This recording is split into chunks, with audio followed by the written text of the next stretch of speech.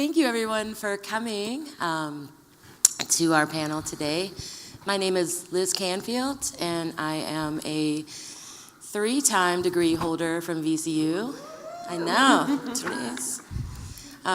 Came to VCU in 1992 and graduated with my bachelor's in English. And then I got my MFA in 2001 in creative writing with a concentration in poetry. And then I got hired, so every time I try to escape, and then I got hired by the English department in 2001 and worked there for a number of years, and then worked in the focused inquiry department, which is kind of undergraduate writing and critical thinking education. And then in 2008, I was drafted into the Gender, Sexuality, and Women's Studies department, where I currently am. I finished my PhD in 2014, so in an interdisciplinary program at VCU. It's one of the only of its kind called Media, Art, and Text. And so I would like to extend an invitation to our panelists today to give a brief introduction, if we will. Matt? Thank you very much. Good morning. Good morning. Good morning. Good morning. If I'm awake, I hope you are too. You're going to have to wake up. I'm Charles McLeod. I'm here because I'm probably the oldest in the room. I came here when this place was RPI, so don't look too shocked. But don't let these youthful looks fool you. I've been around a while. But I came here in 66 as an undergraduate student. I won't pull any punches. I came here to play basketball. I didn't come here to be a change agent, as I understand. I've been accused of being. That's a long story, but I was kind of pushed to come here because, like most eager beavers out of high school, I thought I was going to set the world on fire. I knew I was going to the NBA, so I just thought I'd go to college for a couple of years to kind of, hone in some of my skills in the meantime. But a funny thing happened on the way to the NBA. One, I realized I wasn't nearly as good as the kids who signed my high school yearbook said I was. So despite their assurances, I didn't quite make it. In fact, the first school I went to, which was a school not far from here, the coach was the first one to give me my awakening. I remember one night we were coming back from a game, and I hadn't gotten in the game. I should say the team was coming back from the game. Because I went from all district, all region, to all bench. But in any event, long story short, the coach let me know that my talents and skills weren't quite nearly as sharp as I thought they were. In fact, I had planned to have a little conversation with him. So on the way back from the game, I waited till all the other players were asleep. And so I made my way to the front of the bus. This is my bus story on my journey how I got to VCU. But in any event, I made my way up front, and I said to the coach, and by the way, this was not the coach who had recruited me. He was the new coach. And I said, Coach, I know you don't know me, and you're not from around here, but let me introduce myself. As you can see, I wasn't short on confidence then and not now. But in any event, I said, Coach, in high school, I was all district, all region, honorable mention, all state. He said, in his slow southern drawl, he said, McLeod, if you were half as good as you think you are, son, you'd be all world. He said, for the life of me, I don't see what the other coach saw in you. So with that, resigned to being on the end of the bench for 4 years, I rose to make my way to the back of the bus. And he said one other thing. He said, the man wasted a scholarship on you. And so with that, I didn't say anything to him, but I had a brief conversation with myself. And I said, Self, I may not be as good as I think I am, but I'm a whole lot better than he thinks I am. So with that, I transferred to what was then RPI. And now not only am I playing, but I'm starting. Now, the most memorable moment for me was the night we played Virginia State College in the Fort Lee Christmas invitation. And every time I would go down the court, I would purposely make my way over to the Virginia State side. So the guys who were benchmates of mine then were still sitting on the bench, could see my name on the back of my jersey. And I remember we had a little bantering back and forth, and one said to me, "Look at McLeod, he thinks he's something." And I turned to him, and I said, "No, buddy, I know I'm something." And so then I came back down there, and one said, "Oh, that's all right. He had to go over there and play with those white boys to get on the court." I said, "Well, that's all right. You still sitting on the bench." But the most memorable thing is the fact that we won the game. It went to overtime. We won the ball game, and so now it's time to make amends. So when we went through the line to shake hands, I know it's a long story, Liz. Forgive me, I'm an old man. We went through the line to shake hands, and I purposely stepped in front of the coach so he couldn't just blow me off. And he put his hand out. I put my hand out and stood right there in front of him. And the man grabbed my hand with two hands, both his hands. He looked up at me and he said, "Son, I knew you could do it." Now, I don't know whether he knew that he meant that or not, but I tell that story. I do a lot of speaking, particularly to young people and to youth, and as a motivation to say to people, it's not what other people think of you in the first place, it's what you think of yourselves. And so I'm hopeful that whatever remarks I make today will inspire particularly those students, those undergraduate students, and all of you to continue to believe in yourself.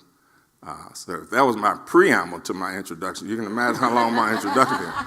But I'm going to refer you to the program to read the specifics. I did come by, when I graduated, my big claim to fame here was really, we started the first African-American organization, student organization here. Our 15 minutes of fame, if you will, was the day we presented our demands to the university president at that time. They were demands essentially to improve the quality of black life, a life of black students, so that this experience would be a much more meaningful one for African-American students. Worked in admissions offices, one of the first minority recruiters. Left VCU, came back in '85 as the director of the academic support program for student athletes. So the circle, the journey went almost full circle for me. Currently married, and I've been so to the same woman for 37 years, so I should get applause. She should get an applause for that. Not me, her. Anyway, we have two sons, both Harvard grads, and they just defy all statistical probabilities, as I'm sure you can imagine. But anyway, never say die. Enjoyed my experience here at VCU and thankful for the opportunity to come back and share a little bit of that with you great people. Thanks.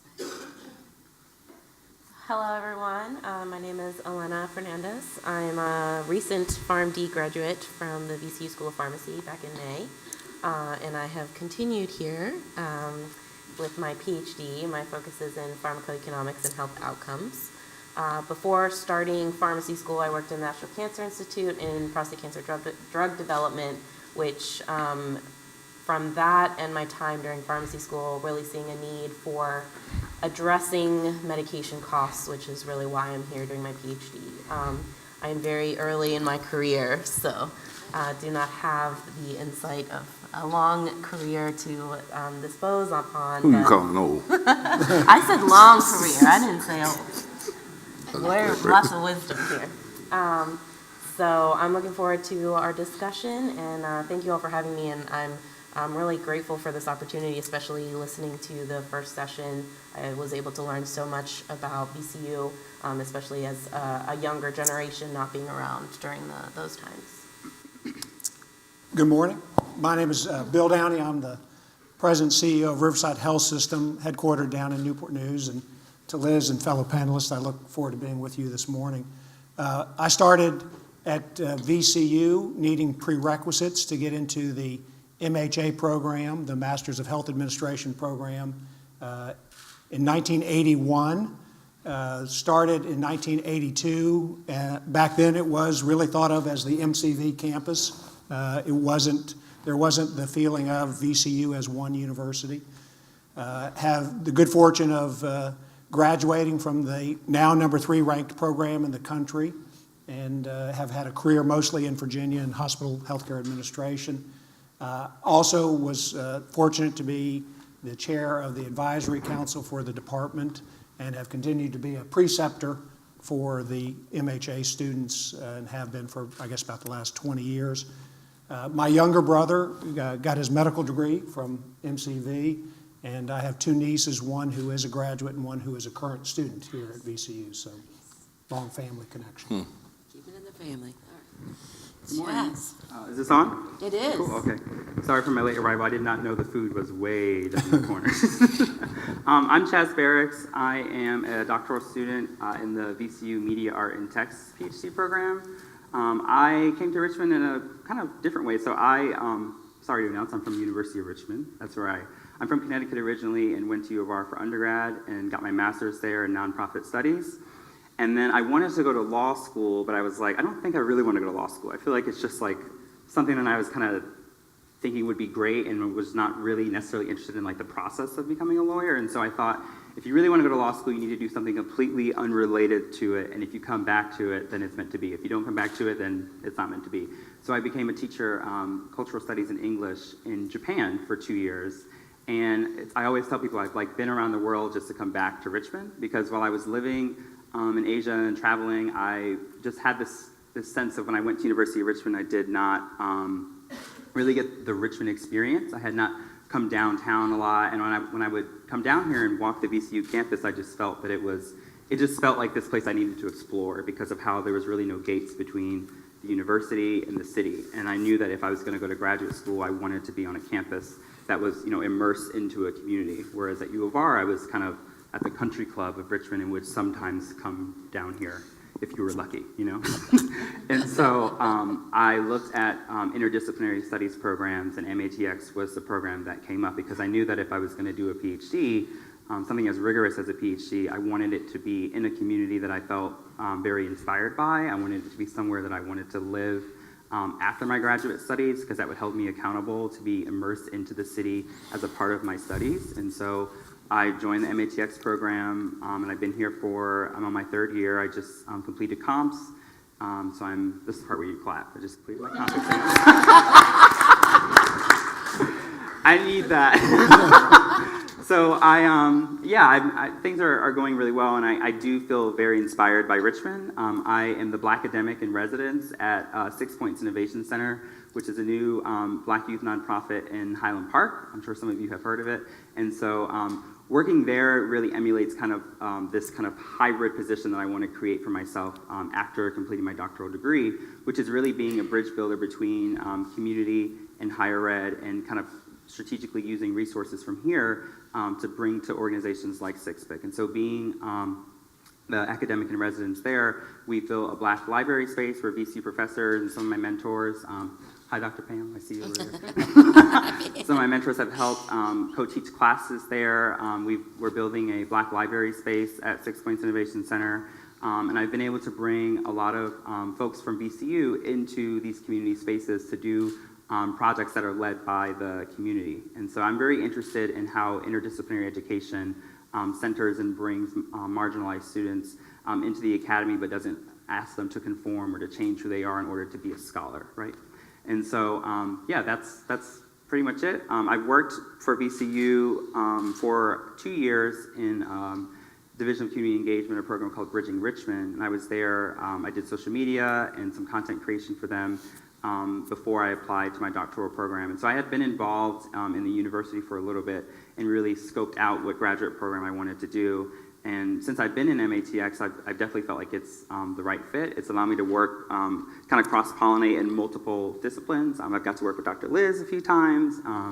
And our program is really kind of interdisciplinary because it's in the gender studies program, School of the Arts, and then School of Media, Mass Comm, and also the Public Humanities. And so you really get to take coursework from multiple disciplines, and that's really that has really worked for me because I've never been tied to one discipline. When I was at University of Richmond, I majored in criminal justice and dance, and people are always like, how are those related? And I'm like, liberal arts education, you should be able to communicate cross disciplines. And so I really think that's the future of education, and that's really what I'm here to kind of champion. Cool. Thank you. Give us a minute. Oh, I hope you heard all that. You're good.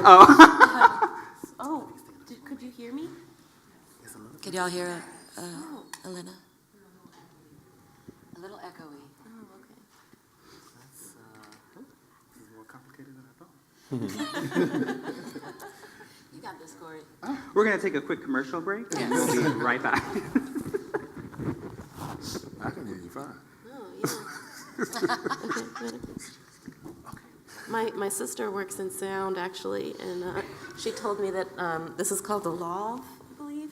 And she says that all the celebrities, they say, love me, when you try to get liked. Like, love me, love me. You've been loved by Corey. It's important. Not many people get that.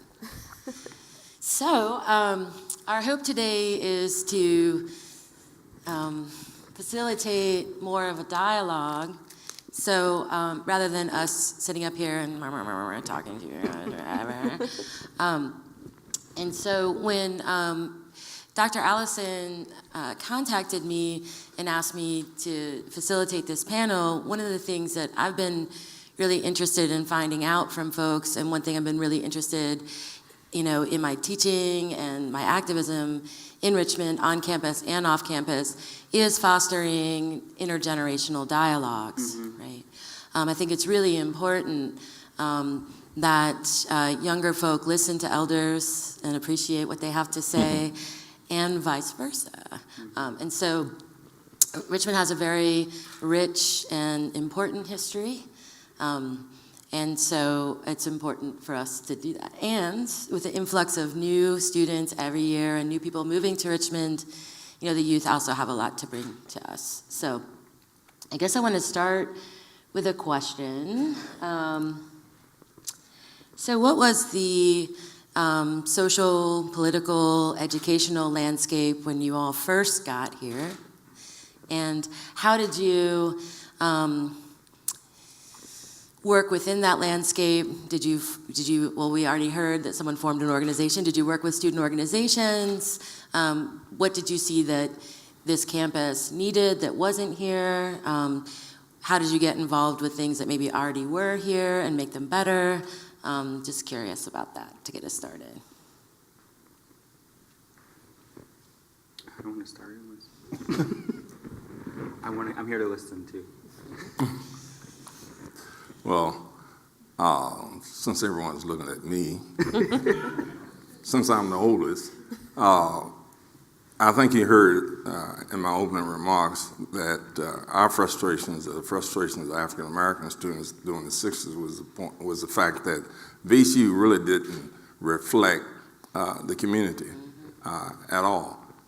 It was, to say the least, a white bread university where we were welcome, tolerated, but there wasn't a real sense of presence, participation for African American students, all faculty. In fact, I went here 4 or 5 years, and I did not have one black professor, one black instructor, and I was a little disappointed to hear a student of more recent vintage make the same remark a few years ago, last year, year before last. So that was a concern that we had.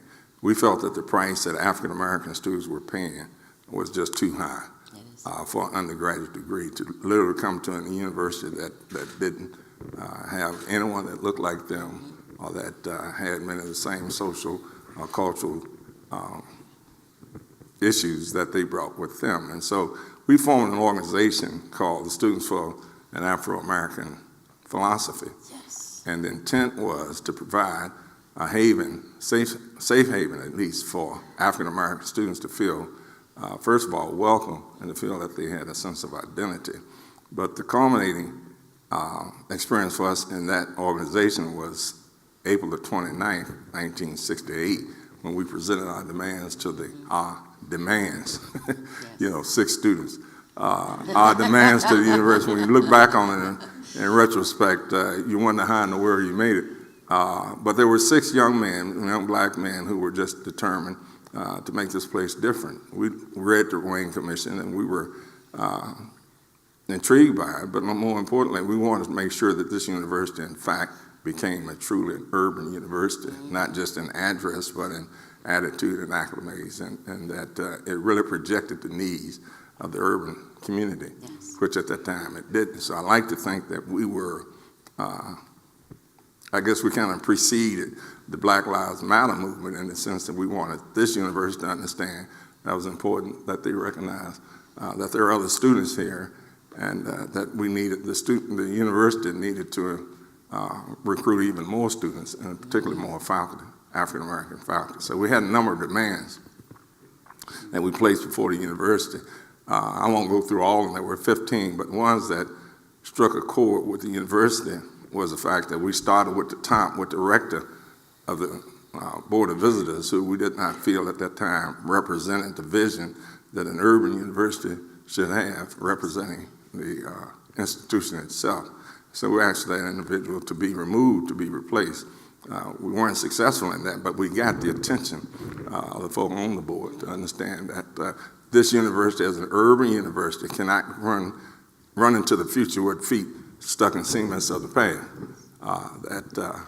First of all, it was cosmopolitan, it was diverse, growing, and it needed to be reflected in its representation at the top.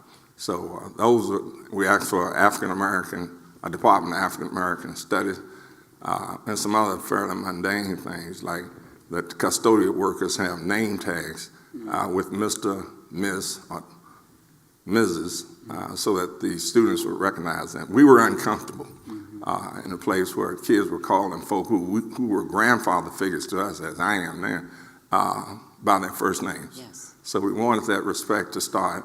So we started at the very top with the rector, and we went to even the lowest level employees of the university, so that our concern was across the board. We also asked for more books in the library, more resources by and about African American people. We asked for retention programs because we found that while students were coming through the front door, many were sliding around out the back, and the retention of African American students was being lost. And some of these were very bright kids that weren't being lost because they couldn't do the work, but they were lost because they had just grown disenchanted with the environment. So, big reason, 6 guys, and when I look around at VCU today, I think we did a pretty good job. Absolutely, absolutely, yes.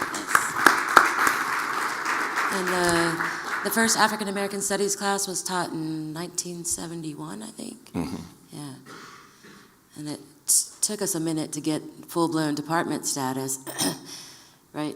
2003 maybe, but yeah, I did an institutional study of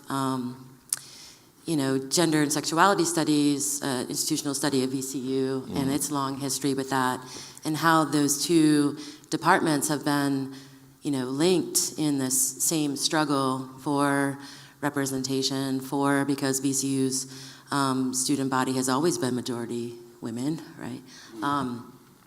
And it was really telling when I was digging through the archives, the Richmond Times-Dispatch, and the, Richmond still is a black majority city, and the vitriol in the newspapers, and that spark started with this group. I just wanted to contextualize it for folks who haven't been here or who don't know or haven't studied the history of this institution, that when he says 6 guys, it's only 6 guys, but it really did ignite an entire movement on our campus. And we're still pushing, right? Yeah. So thank you. Yeah, I feel like a lot of action, especially of students at the university, comes from disappointment and kind of feeling duped in many ways. And so at University of Richmond as an undergrad, I was a Bonner Scholar, which is a community service-based scholarship. So in exchange for your tuition, you work at nonprofits during each academic year. And so I was in Richmond quite a bit. I worked at Boys and Ruth. I was at U of R downtown, their Legal Aid Justice Center. So I did a lot of kind of commuting from West End to this campus, or I'd walk through this campus. And I felt that VCU was so diverse, right? I would see black people, and I would see, artsy students and women, and just students that I wasn't seeing at University of Richmond as much. And so in my, young undergraduate mind, I was like, this is where I want to go for graduate school. But when I got here and got into a doctoral program, diversity is typically on the bottom, right? It's never represented as much on the top, especially at this university. And so when I sat in my first PhD class as a first-generation college student, like, of course, where I'm coming from, it's a big deal to be in a doctoral program. And so when I'm there and I'm noticing that, like, I'm one of, like, 2 black men in our whole program, I felt like I had been duped. I was mad because I think I had really read the cosmetic diversity as, like, that meant inclusion. And so a big part of my work is really, I think when I first came here and I saw that, I was like, I'm going to be the person that's going to help, more people of color and queer students get into doctoral programs, but that's not necessarily the answer, and that's not necessarily what my work is about. And more, now that I've really honed into what it means when universities use a lot of buzzwords or have a lot of cosmetic diversity, pamphlets, et cetera, but that doesn't equate to inclusion. My role has really switched to kind of demystifying higher ed in the sense of not just trying to get students to come here, because I don't know if it's a good experience, especially because I'm not seeing the diversity represented on the top, right? And so for me, it's been really about using my positionality in the academy to work with communities, to put resources into the nonprofits that I've worked with before. I even thought of coming to VCU to do workshops about cosmetic diversity versus, real inclusion and explaining what you mean beyond the buzzwords,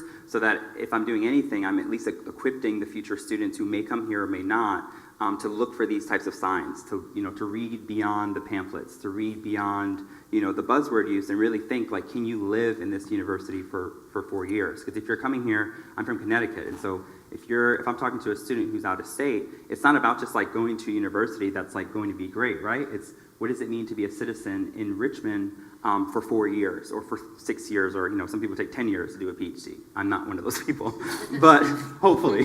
We'll see. Yeah, and so a lot of I feel like my work has switched, or at least my intention has switched. So one of the things that we did last year, shout out to the folks who were in the room that were a part of this, we got a grant through Division of Inclusive Excellence and produced an art documentary on Black experiences to really, again, show that Black folks are not a monolith, and that the university can have conversations about diversity and inclusion, and it can root from a place of Blackness. It can root from a place of talking about Black identity, instead of just having these kind of like diversity and inclusion events, then you sprinkle some marginalized folks on top of it, but you don't really learn about the individual experiences between me and between you. And so I directed a film called Don't Touch My Hair, where we collected personal narratives from Black women who not necessarily are a part of the university, but are involved in Richmond, and some of them work for the university, and it was really about using Black hair as this like apparatus to show that the Black community is diverse, and that the Black community is not a monolith, and that there's no such thing as like the Black experience, which we try to capture a lot on university campuses, but it's about experiences. And so again, that was not about like me going out into the community and really advertising and saying to the students who were in the film and the folks who were in the film, like, come to VCU, be a part of VCU. It was about really, flipping the script and showing like VCU, like the beautiful resources that are in Richmond. And so when we showed the film, the circulation was very important for me as well. It wasn't about, getting this university grant, going out into the community, which typically happens, and then, doing something and then bringing that product back into the university. It was completely different because of the students. So our cast, our team, our videographer, it was all Black folks and people of color. And so it was really important for us to represent our identities behind the camera as well as in front of the camera. And so when we showed the film, we made sure that it circulated at hair salons, it circulated at Black youth spaces, it circulated in spaces that I think, really make Richmond. And so the university that paid for this film had to go out into the community in order to see the film. We didn't show it too much on campus. And so for me, I think that's kind of how my work has shifted, where I know that I'm here right now, and that doesn't mean that I'm trying to get other students to come here, but I want to make sure that we're using our academic positionality in these kind of creative ways where we're, really breaking the gates between university and community and making them speak to each other. Great, thanks. Pam, do you have a question? Yeah, I kind of wanted to ask about your support as a student when there were so few of you here at that difficult time when there weren't a lot, or probably very few, I don't even know how many, faculty of color.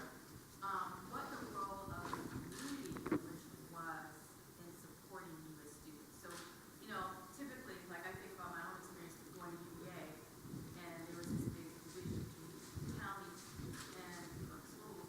Yet, as a Black student, So I was just curious if there was some sort of community relationship with the Black community here in Richmond, and you as a student who was struggling within the confines of the university. Well, to be honest with you, I don't think we reached out to the community for support. I shouldn't say it, but we kind of leaned on each other because we felt like we needed to have a support system here on campus where we could feel, if you need to get somebody, you don't have to go across town or even, off campus. So we really didn't reach out for community support. Many of us were engaged in community activities, not for the sake of them helping us, but for the sake of us being a support or resource to them.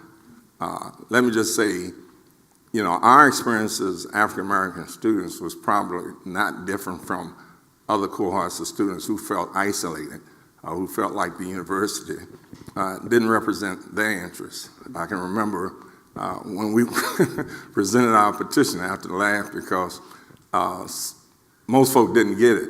They didn't quite understand why it was so important for us to have our community within the community, our community on this campus that reinforced our values. And I can recall as we protested or had our various demonstrations from time to time, hearing catcalls like, if you want that, why don't you go to a Black college or go back to Virginia State or go back to Virginia Union. And some other places they suggest we go back to, one being Africa, which I didn't have a problem with, just I didn't know where Africa was. I hadn't been to Africa, so I can't go back to where I hadn't been. But the point is that we felt that this university was uniquely positioned now at its origin to demonstrate and to put together and to construct the kind of program or the kind of experiences or the kind of university that was really off the chart for all groups. But I think we felt we couldn't leave it up to others to design the experiences that we wanted. And so we took it upon ourselves to be bold, to be arrogant, to be audacious, and to be really determined. So although there were only 6 of us, we were 6 bad brothers. we just didn't look for other folk to support us or to carry the baton for us. In fact, when we were in the president's office, it's comical in the sense that we didn't even know who was outside. We didn't know who would show up the next day because you have meetings and you have these planning sessions, and of course the day comes and it rains, as Donald Trump would say, and that those are monkey wrench into your plans for attending the service.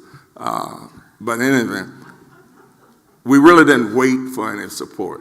And it was funny when we looked in the newspaper and saw the pictures of all these kids outside the administration. But we were in a room with the president, had him pretty much on lockdown.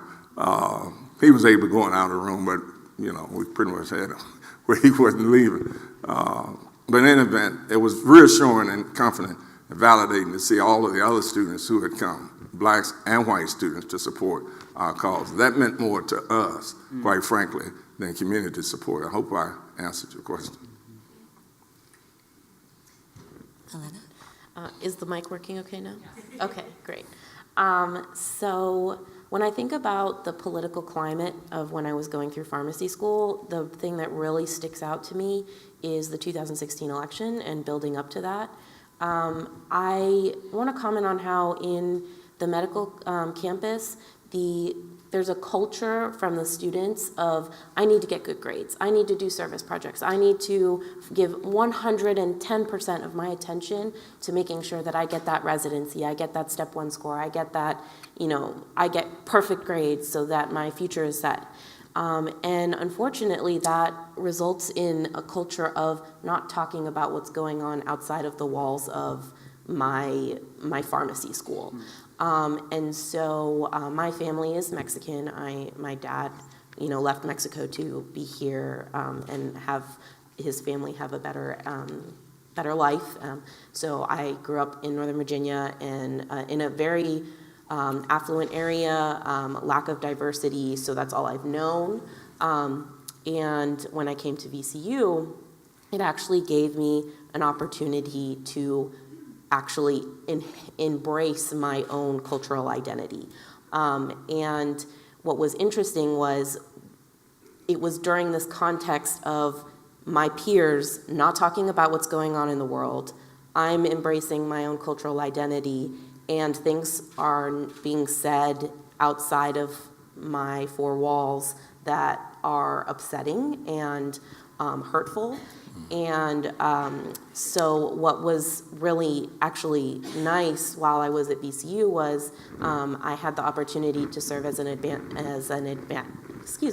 ambassador on the Student Council for Inclusive Excellence on the MCV campus. Shout out to Dr. Hampton. I was in her, she set it up. I was in her first cohort, and they've had 4 cohorts since. And at the time, it was a group of self-identified minority students just talking about what the heck is going on and how do we deal with this? How do we talk about this? And how do we become allies for each other? And so I actually am so grateful for that opportunity because it helped me navigate that time when the pharmacy student peers were not discussing what was going on and what was affecting me personally as a student. And so I'm really grateful for that opportunity, and I look forward to seeing how that implements change within the school. Our cohort, and shameless plug, we have a poster at the poster session after this. So you can read about that. But I really look forward to seeing how that enhances the inclusiveness and diversity of the faculty of the school going forward, hearing from the students from the MCV campus that have made that active decision to say, even though we are laser focused on making sure that we get where we need to go, we're taking time to make sure that this is also addressed. Mm-hmm. I would echo a little bit of the MCV feel. When I started in the 80s, a little bit more probably focused on what the next step in our career was. But we were coming out of the 70s, the Vietnam War. We were coming out of a period of the oil crisis, first oil crisis, and what that meant. And some of you remember odd and even days of having to buy gas. Coming into the 80s, we had interest rates that were 11 and 12%. We had inflation in 6 to 8%. So it was not as much social, but maybe more economic. Looking back on it and thinking about some of the issues, we were just at the beginning of the technology revolution. Hard to believe that word processors were a big thing back in the early 80s. Some of us having to type our papers, and if you made a mistake, you had to start all over again. So technology started playing a big role in what and how we were living. And I think, as I looked back, thinking about this, I think at least in the MHA program, we were fortunate. We had 4 minority professors, which, again, at that time, we didn't think about as being maybe something different, but that was pretty forward-looking. And about half of our class was women. So my younger brother, I mentioned, was a medical student. He was the first class that was about 50-50 women. That was in the 90s. And so we're about 10 years ahead, at least in the health administration side. So still a long way to go, but it was that campus and that time was maybe a little bit more focused on economics than social. Absolutely. Thank you. I'd like to open it up for a few minutes from questions from other folks in the audience, and then we will wrap it up. Don't be shy.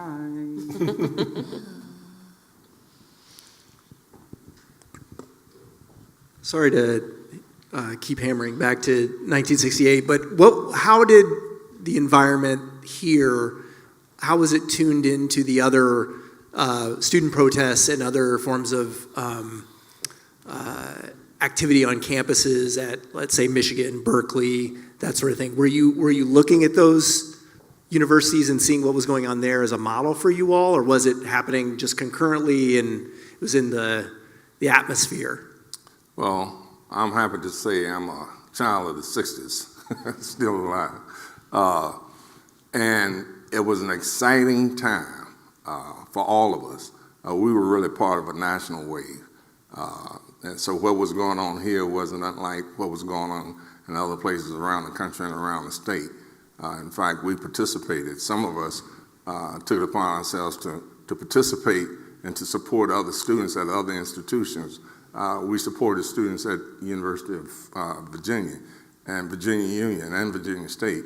In fact, it was fun going back through some old papers to find me in a picture. And my wife said, "Man, you're all over the place."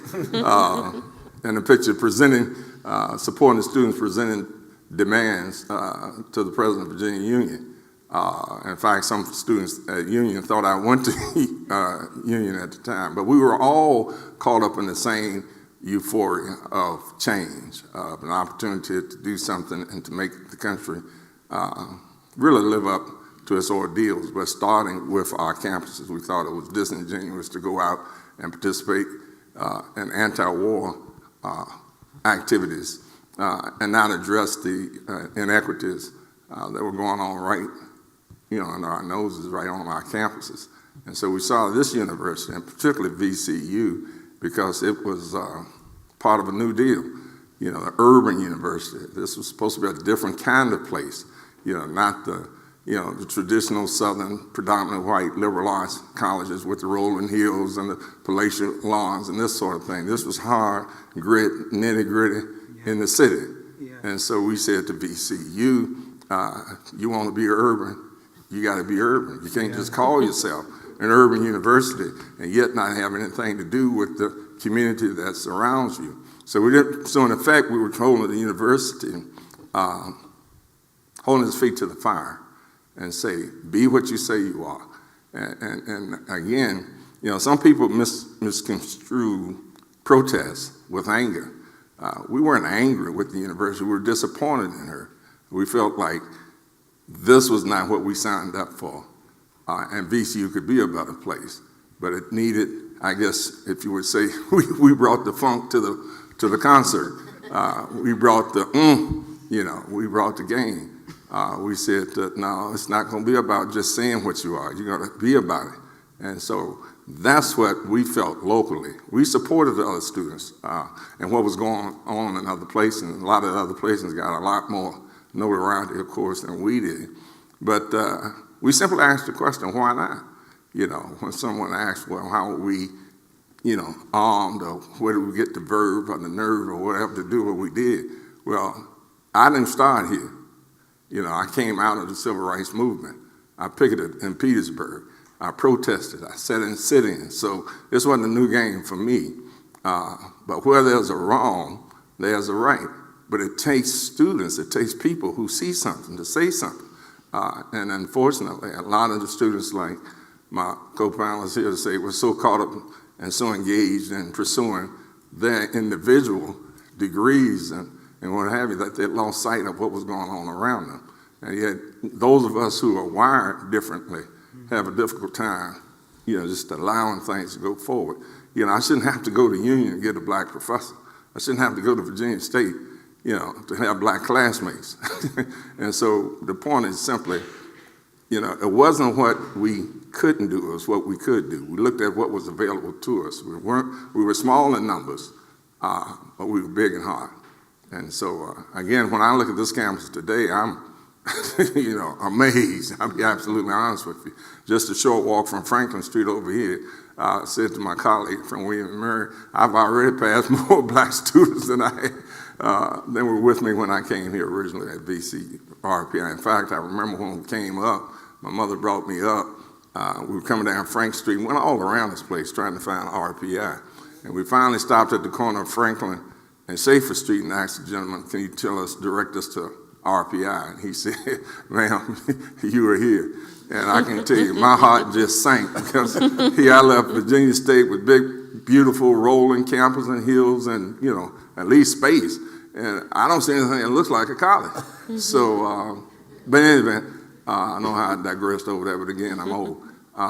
The point is simply, we saw the potential for this place. And we saw us being not only cutting edge, but at the ground level, at ground zero. So why not, put your, get your markers in early. And we got the attention, and And there was some genuine support for what we were about by white students and white faculty who supported us. So again, as I look around today and see what is going on at this university, I'm elated. I know some of it is cosmetic, and if I came back today, I would probably be leading some of the same demonstrations for that upper echelon to distinguish between equity and diversity, to understand that there's a difference in having folk in places who have no power. Universities have to be measured more, are not measured by, should be more than construction companies and employment agencies. You know, the purpose of the university today is to really embellish these young folks to prepare them to go out into a world that's getting crueler and crueler. So not to paint a negative picture, but VCU, I think is constant. The thing that I see in VCU today is one of the questions we actually consider. What's the difference between VCU today and the VCU of our day? I see a university that's constantly struggling to make itself relevant to the community. Haven't got there yet, not by some of the things I'm reading, particularly something that happened more recently, but at least you're honest, the institution is honest about its failures, its faults, and imperfections, and is willing to work on those things. But that again is where I think students have to understand that they are the energy, they are the juice that keeps the university relevant. You're not to come here and spend 4 years in the dorm, asleep, you know, or playing dead for 4 years, because if you play dead 4 years, when you get out of here, you'll still be dead. But the point is, the more I see young people like this gentleman and some of the young people I've met today, the more encouraged I am that the seeds that we planted are bearing fruit. But you must continue. Every generation owes it to itself to pay back and to pay forward and to continue to keep the university honest. It takes courage to speak truth to power. And some of us pay quite a price to do that, but that's the only hope that we have to keep our universities fluent and vibrant. I'm done talking. Any other questions from attendees? Oh, right there.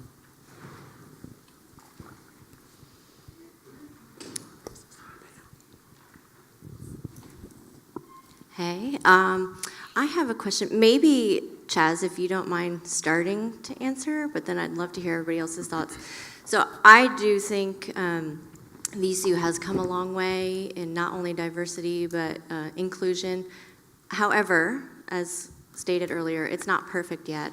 And an example of that would be, I know our Latinx, Hispanic, and African American male rates of graduation are still a lot lower than we would like them to be, and they should be. So I wonder if you might share some thoughts on, from your own experience, what you think is still lacking and what we can change to help our students.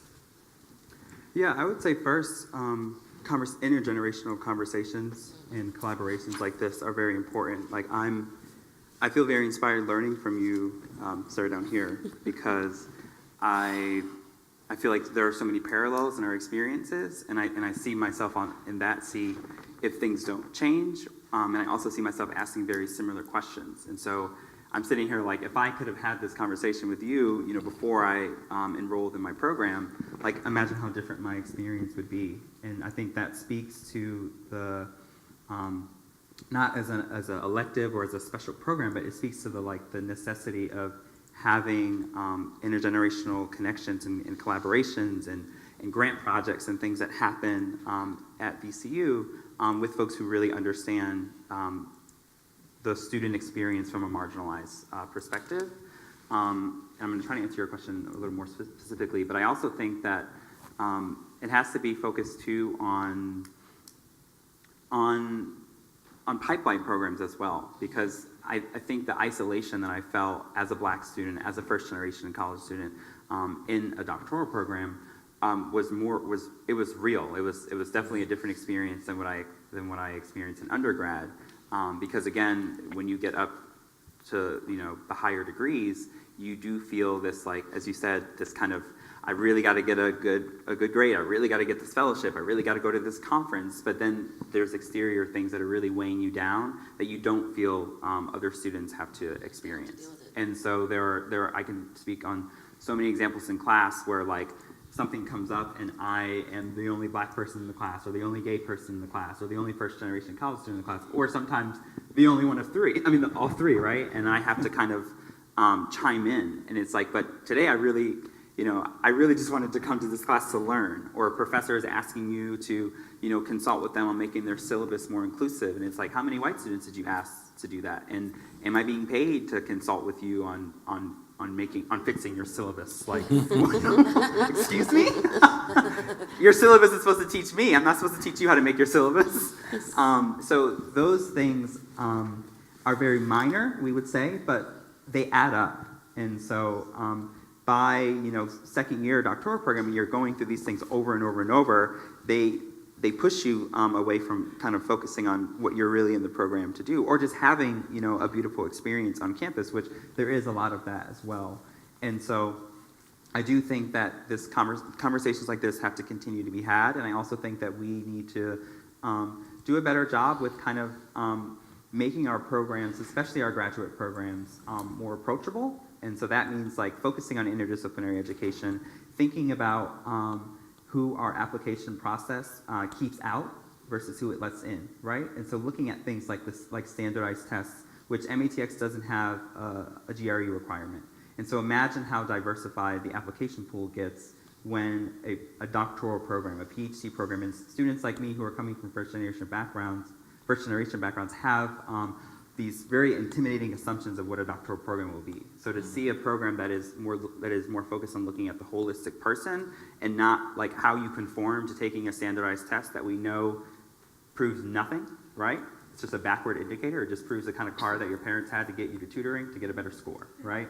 And so thinking about how we change application processes and make things more open, I think that really gets to inclusion beyond the buzzwords. And so how would we look at getting more students from RPS into doctoral programs, or going to Richmond Public High Schools and speaking about arts education and community involvement, and how we want to really be like a revolving door, or we want to open the gates for students who are literally in our backyards. I think that those things are really important, and it definitely starts with looking at our processes of how we're getting students in.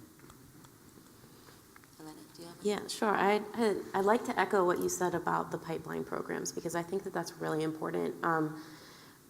My experience as a Spanish-speaking student in the community has been basically career-altering. It's very profound. I grew up, with my dad always telling me, the fact that you speak another language is going to help you so much, but yeah. I was never valued growing up with that skill. And then when I came to VCU and I was thinking about what kind of service projects I wanted to be involved in, there's a service project that provides care to the underserved community of the Latino underserved community of Richmond in Southwood and by Hull and Warwick Road. There's a pretty big Latino population. And I went to as a first-year student, I went to my first service opportunity, and I said, I could say those things for you in Spanish when the patient only speaks Spanish. Mm. And the reactions that I got from my team members of the value that I brought to the team was something that I never expected. And so I think that recognizing that value that students that have these skills have, and making sure that they're aware of their value, because I think that is sometimes lost. And fortunately, the School of Farm, last year, before I was able to be more involved as I would like to be, CVS gave a very generous grant for the School of Pharmacy to develop a pipeline program for Spanish-speaking students, which I think is absolutely amazing. And I really hope that those kinds of things continue, because I think that it would really help expand the population of students that can help these patients, because they really need it. And even in my short 5 years being here, I was probably the only Latina to graduate from my school of pharmacy class, but just in the second years that there are right now, there's at least 5 of them. So I'm very encouraged by that. I feel like I kind of have a list of demands too when we ask this question, but I would also say, and it's not necessarily all about money, but it's also about resources, right? And so the asset that you just talked about, imagine bringing in students who speak Spanish, who speak a second language, or who are a first-generation college student, who are Black, who are coming from Richmond Public Schools, and not just, what's happening now is, we ask them to speak, or we ask them to go to high schools and be a representative of their program, but what about giving them resources to do that? Because as you said so beautifully, it is a skill, and it is a skill that they should be compensated for. And so what does it mean to think about having programs where graduate students who are of the marginalized experience can be compensated, and it doesn't necessarily be money, it should be money, but it could also be other things that we can talk about, academic credit, et cetera, where they can go and do these types of things. And it's not just like, can you come and speak to my class about diversity and inclusion? I have been asked to do that so many times. I'm like, first of all, that is so broad. Second of all, like, I need to know more, and third of all, like, I need to be paid, because I'm also doing a doctoral program, and not a lot of students are asked to do that, right? And so it's thinking a lot about resources and how do we let students know that you have this skill, and this skill should be honored by the university, and that's why we want to compensate you and support you in a way to do this, because it's ultimately going to help us as a university. Can I just say one thing? Yes. One other thing. Going to college should be a personally validating experience. It should be one where you feel that you're making a contribution, that it's not all, you being fed. And I think what we saw, and what I'm continuing to see among students, is a rich desire to be a part and to participate in their own validating experience. What I found out, to plug, we've talked about these doctoral programs. I was in one too. But seriously, I did my dissertation on, it's a very highbrow title, The Factors and Analysis of College Choice, Influence Variables and Selected Characteristics among First-Time Freshmen attending a large urban university, i.e., why do students come to VCU? And I think, and I'd hope that research would have been replicated, and perhaps it has been, but as a suggestion, I think it would be helpful if colleges did a better job of finding out among the students why they are here. What really attracted them here. Of course, my study made findings, of course, they're dated at this point. But I think the university owes it to itself to get a better feel for who their students are beyond Black, white, gay, Latino, whatever little box of characteristics, a category they want to put them in, because none of those groups are monolithic, and these people have different, they were attracted to VCU for different reasons. What my study found was that African American students tended to be more likely to be disappointed by their experience here. And a lot of that had to do with the fact that for many of them, VCU was the first choice institution. It was the one that they clung to more strongly, whereas white students tended to come here from a more, with a more business-like purpose in mind. In other words, all because I couldn't get into UVA, I couldn't get into Tech. But for many Black students, and I would surmise that might be still true today, that Black students or African American students may be more strongly attracted to VCU and therefore more likely to be disappointed by the experience. And not that other students might be disappointed as well. But that was just one of the things that I found that I think would be worth the university investigate. And that is disaggregating the broad categories of gay, Black, Hispanic, white, and getting to know the students individually within those large categories. Well, y'all, we are out of, thank you for asking that question, my love. We are out of time, so we have to cut this off now. But thank everybody for coming. Thank you to my wonderful panelists. So amazing. Nice to meet you. It was great.